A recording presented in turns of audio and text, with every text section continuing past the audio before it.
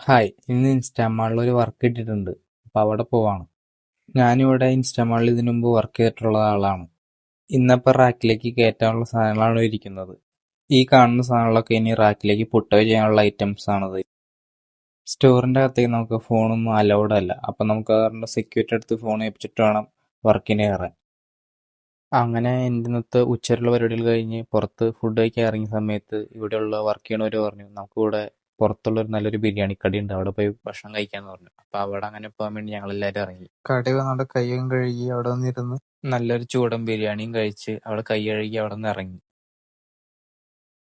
അവിടെ നിന്ന് തൊട്ടടുത്തുള്ള ഒരു കടയിൽ നിന്ന് ഒരു ഐസ്ക്രീം മേടിച്ച് കഴിച്ചു. അത് കഴിഞ്ഞ് അവിടെ നിന്ന് തിരിച്ചു പോവാണ്. ഇനി ബാക്കി അവിടെ കുറച്ചുകൂടി വർക്കുകളുണ്ട് തീർക്കാൻ.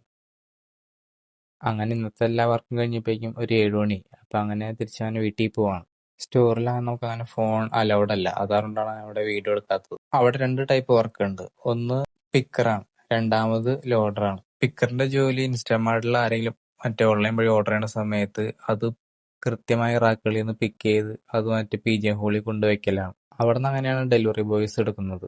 ലോഡറാണ് ഈ റാക്കുകളിലൊക്കെ സാധനം കൊണ്ട് വയ്ക്കുന്നത്. അപ്പൊ ഇന്നത്തെ എന്റെ വർക്ക് അവിടെ പുട്ടവേ ആയിരുന്നു. ഇന്നത്തെ വീഡിയോ ഒക്കെ ഇത്രേ ഉള്ളൂ. അപ്പൊ ശരി എന്നാ.